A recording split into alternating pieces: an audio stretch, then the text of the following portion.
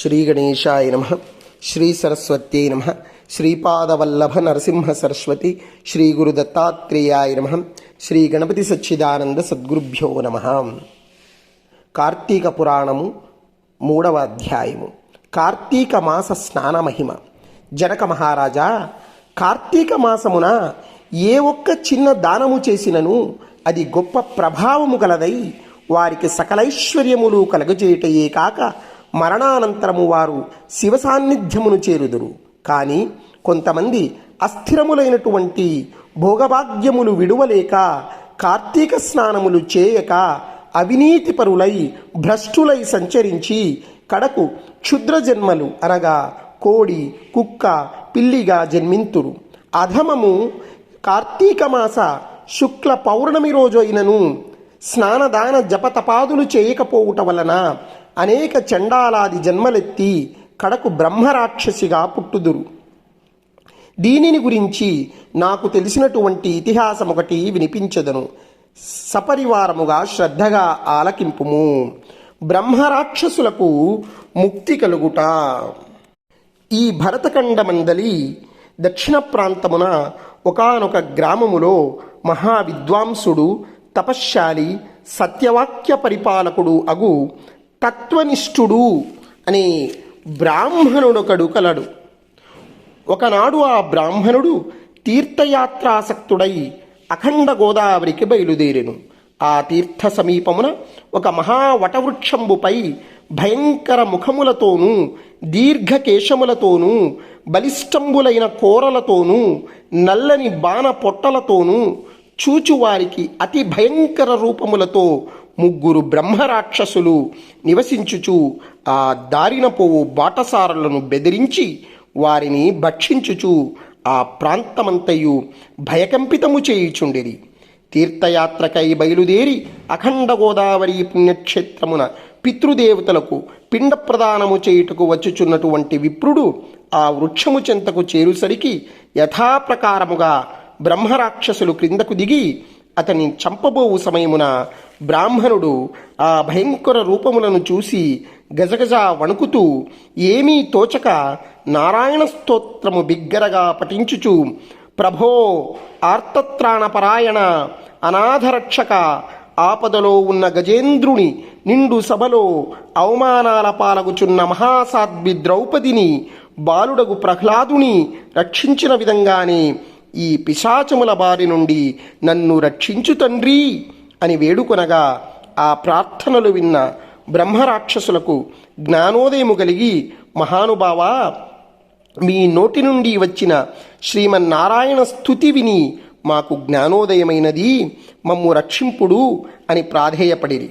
వారి మాటలకు విప్రుడు ధైర్యం తెచ్చుకొని, ఓయి మీరెవరు, ఎందులకు మీకు ఈ రాక్షస రూపంబులు కలిగెను, మీ వృత్తాంతము తెలుపుడు అని పలుకగా వారు, విప్రపుంగవా, మీరు పూజ్యులు, ధర్మాత్ములు, వ్రతనిష్ఠాపరులు. మీ దర్శన భాగ్యం వలన మాకు పూర్వజన్మమందలి కొంత జ్ఞానము కలిగినది. ఇక నుండి మీకు మా వలన ఏ ఆపద కలగదు అని అభయమిచ్చిరి. అందుకు బ్రహ్మరాక్షసుడు తన వృత్తాంతమును ఈ విధముగా చెప్పసాగెను. నాది ద్రావిడ దేశం, బ్రాహ్మణుడను. నేను మహాపండితునని గర్వము గలవాడై ఉంటిని. న్యాయాన్యాయ విచక్షణలు మాని పశువు వలె ప్రవర్తించి తిని బాటసారుల వద్ద, అమాయకపు గ్రామస్థుల వద్ద దౌర్జన్యంగా ధనము లాగుకొనుచు దుర్వ్యసనాలతో భార్యాపుత్రాదులను సుఖపెట్టక పండితులను అవమానపరచుచు లుబ్ధుడనై లోకకంటకుడిగా ఉంటిని.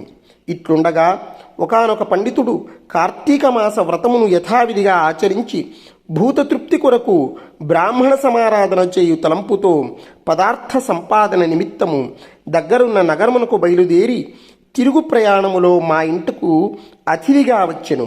వచ్చినటువంటి పండితుణ్ణి నేను దూషించి కొట్టి అతని వద్ద ఉన్నటువంటి ధనము వస్తువులను తీసుకొని ఇంటి నుండి గెంటి వచ్చి తిని.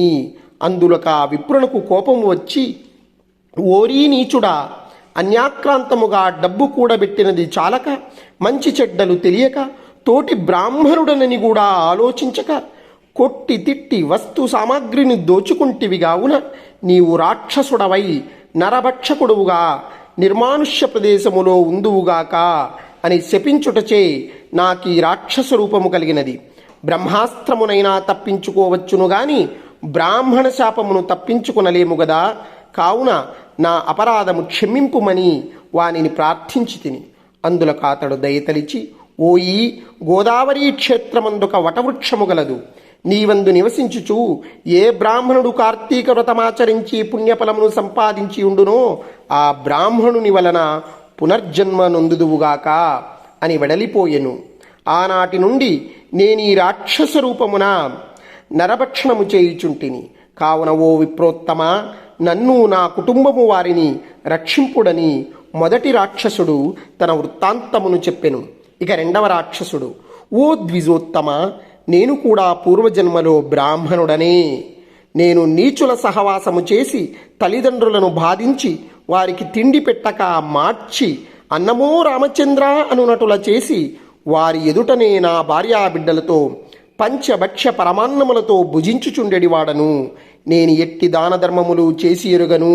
నా బంధువులను కూడా హింసించి వారి ధనమును అపహరించి రాక్షసుని వలె ప్రవర్తించి తిని. కావున నాకీ రాక్షసత్వము కలిగెను. నన్నీ పాప పంకిలము నుండి ఉద్ధరింపుము అని బ్రాహ్మణుని పాదములపై బడి పరిపరి విధములా వేడుకొనెను. మూడవ రాక్షసుడు కూడా తన వృత్తాంతమును ఇటులా తెలియచేసెను.